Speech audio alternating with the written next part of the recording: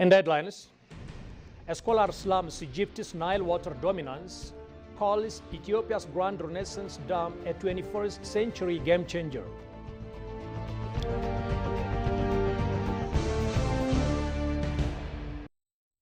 The Netherlands praises Ethiopia's refugee inclusion policy.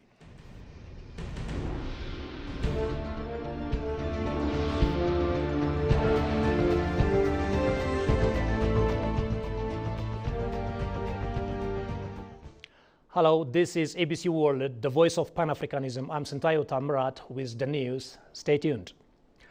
Prime Minister Abiy Ahmed held talks with U.S. Marine Corps and AFRICOM Commander General Michael Langley this morning. In a social media post, the Prime Minister said that he received Langley for discussions on bilateral and regional issues of mutual interest. Quote-unquote, received General Michael Langley, U.S. Marine Corps and AFRICOM Commander, today for discussions on bilateral and regional issues of mutual interest, the Premier stated.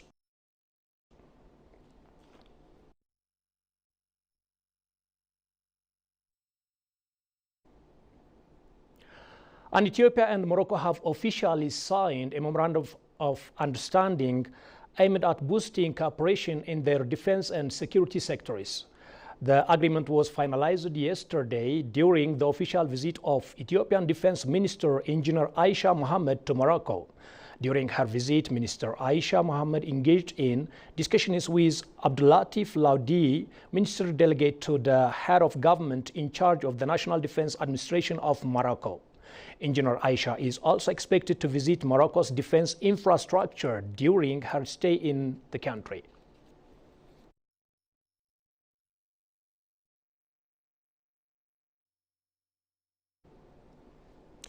The government of Ethiopia and the United Nations in Ethiopia have officially signed the United Nations Sustainable Development Cooperation Framework for the period 2025 to 2030. The signings of the framework has signaled a renewed partnership aimed at advancing Ethiopia's development priorities and achieving the Sustainable Development Goals. The signing ceremony was attended by the State Minister of Finance Samirta Soaso and Ramiz Alakbarov, UN Resident and Humanitarian Coordinator for Ethiopia, alongside heads of various UN agencies operating in Ethiopia. The framework is also anticipated to promote resilience, inclusivity, and sustainable growth in Ethiopia by strengthening resilience to climate change and economic shocks, building sustainable food systems, and improving livelihoods, among others. An estimated 6.5 billion USD is required to fully implement the cooperation framework over the 5 years. Currently, approximately 1.5 billion USD has been mobilized, it was indicated.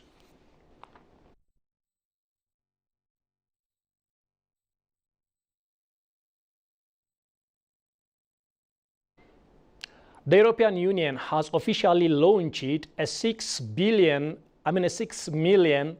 euro eco-trade project in Addis Ababa, a 4-year initiative to strengthen Ethiopia's integration into the African Continental Free Trade Area. In partnership with Ethiopia's Ministry of Trade and Regional Integration and implemented with support from Expertise France, EcoTrade aims to boost the private sector, particularly small and women-led businesses, align trade policies with African Continental Free Trade Area protocols, and enhance regional trade connectivity. Trade Minister Kasaun Gofe said the project aligns with Ethiopia's economic reform agenda and reflects the country's commitment to regional integration. He noted EcoTrade will strengthen institutions, improve regulations, and support key sectors like agriculture and manufacturing.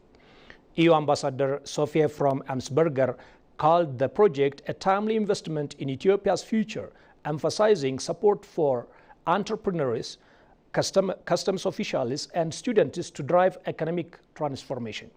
The project is seen as a model for African Continental Free Trade Area implementation and is expected to significantly enhance Ethiopia's trade competitiveness.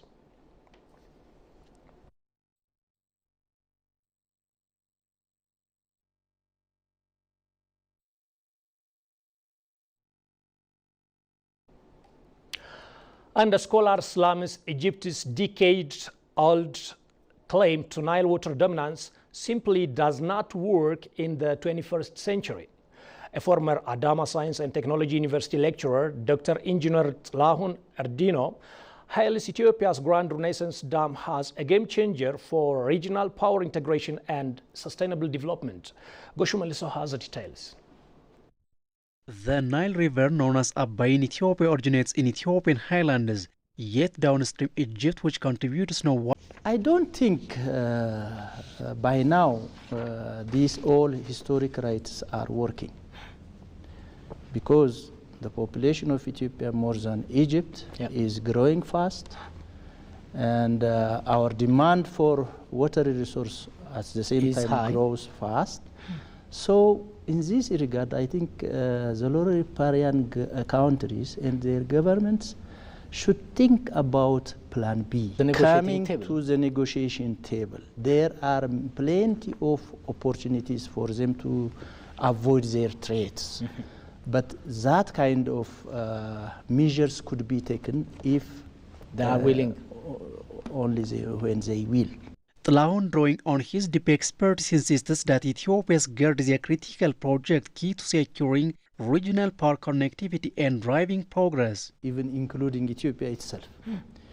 Djibouti has no complete access for electricity. It didn't secure yet. It requires more electricity. Eritrea, South Sudan, Sudan, even Kenya and Somalia.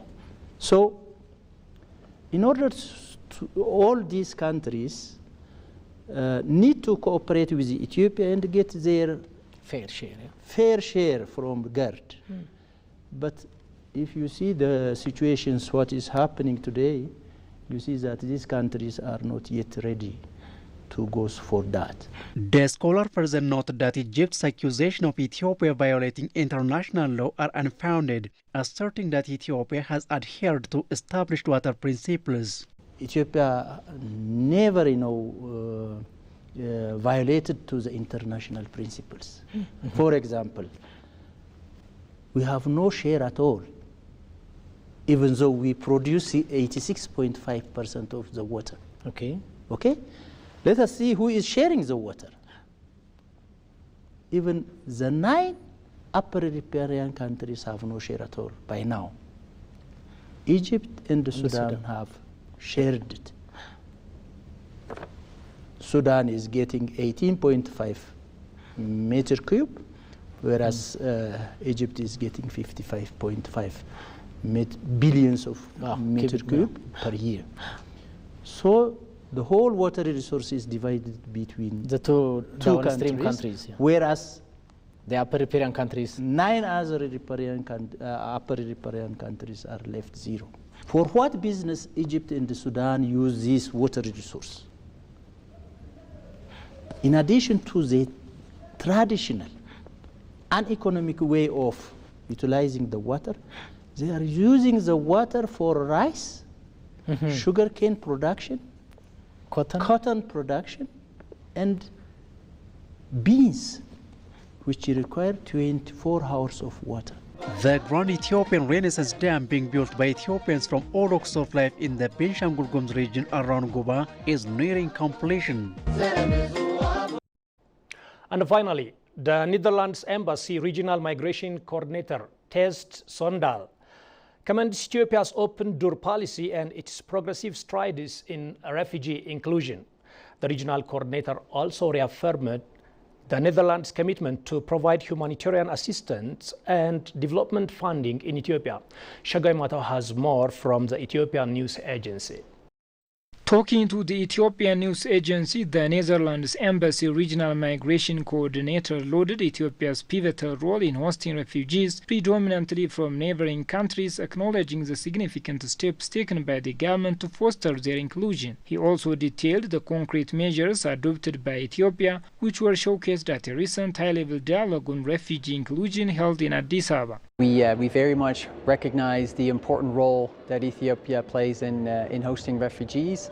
Ethiopia has an open door policy offering protection to people in need, mostly from its neighbors. Today's event, the high-level dialogue on refugee inclusion, showed all the steps that the Ethiopian government is taking to foster refugee inclusion, from providing protection, issuing work permits, the National FIDA ID that provides refugees access to services. So on a host of issues, we see very positive steps by the Ethiopian government to foster refugee inclusion, and it's something that we as the Dutch government support. Although there is a very difficult funding landscape with global cuts to humanitarian assistance and to development funding, the coordinator affirmed that the Netherlands remains a significant contributor. The Netherlands actively engages in direct development programming, he further pointed out. As the Netherlands, we're still a large contributor to humanitarian aid and development aid. We provide unearmarked financing to UNHCR and other UN agencies so they can spend the money in those areas where the needs are the greatest. But we also have our own development programming. I mentioned one specific program called Prospects. It's a partnership with UNHCR, UNICEF, ILO, the World Bank, and IFC. We run that program in 8 countries with a total budget of 800 million euros, including Ethiopia. The program started in 2019 through 2023, and we now extended it for another 4 years. And we have a very active footprint here in Ethiopia, supporting urban refugees in Addis Ababa, refugees and host communities in Afar, Somali region, and in Amara. So we're trying to do our very best to support Ethiopia's government in fostering refugee inclusion and doing our fair share to make that happen. The coordinator reaffirmed the Netherlands' commitment to supporting the Ethiopian government in promoting refugee inclusion and contributing its fair share to achieve this goal. A quick reminder of the top stories.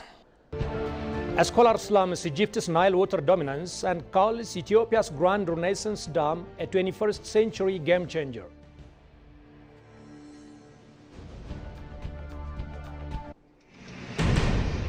And the Netherlands praises Ethiopia's refugee inclusion policy.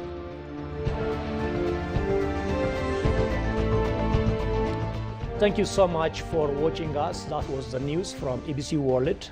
Goodbye.